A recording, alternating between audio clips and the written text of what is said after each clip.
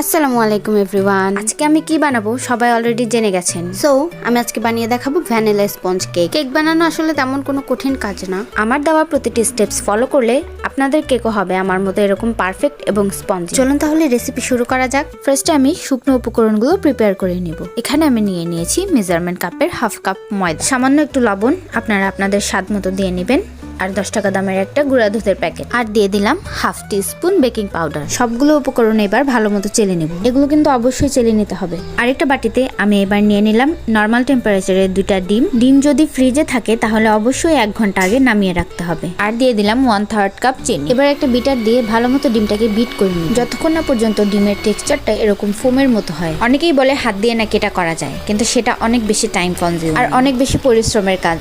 আর বিটারের মতো তো অবশ্যই হয় না বললে ভুল। আসলে আমার জানা মতে এত এনার্জি কারণ নাই ভাই, যে কিনা এতক্ষণ পর্যন্ত হাত ঘুরিয়ে ঘুরিয়ে এটা করবে, হাতের হালুয়া টাইট হয়ে যাবে।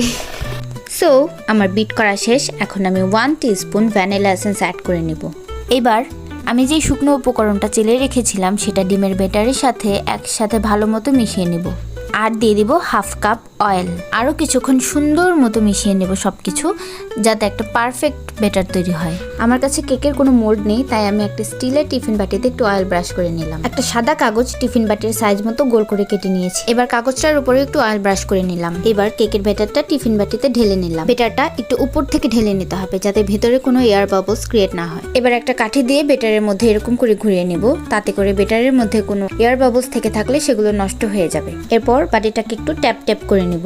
আমি একটা বড় পাত্র নিয়ে নিয়েছি। হাই হিটে এটাকে 5 মিনিটের মতো গরম করে নিয়েছি। একটা স্ট্যান্ড বসিয়ে টিফিন বাটিটা তার মধ্যে দিয়ে ঢাকনা দিয়ে ঢেকে দিব। মিডিয়ামের চেয়ে একটু কম হিটে আমি কেকটাকে বেক করে নিব। ইন্ডাকশনের 600-তে দিয়ে আমি এটাকে 25 মিনিট বেক করেছি। এই তো 25 মিনিট পর আমার কেক ফুলে বোম হয়ে গেছে। আমি একটা কাঠির সাহায্যে চেক করে নিব ভিতরে হয়েছে কিনা। কেকটা একদম পারফেক্ট তুলতুলে নরম হয়েছে, আর খেতেও অবশ্যই দারুণ হয়েছে। সো রেসিপি ভালো লাগলে অবশ্যই কমেন্ট করে জানাবেন। আজকের মতো আল্লাহ হাফেজ, দেখা হবে নেক্সট ভিডিওতে।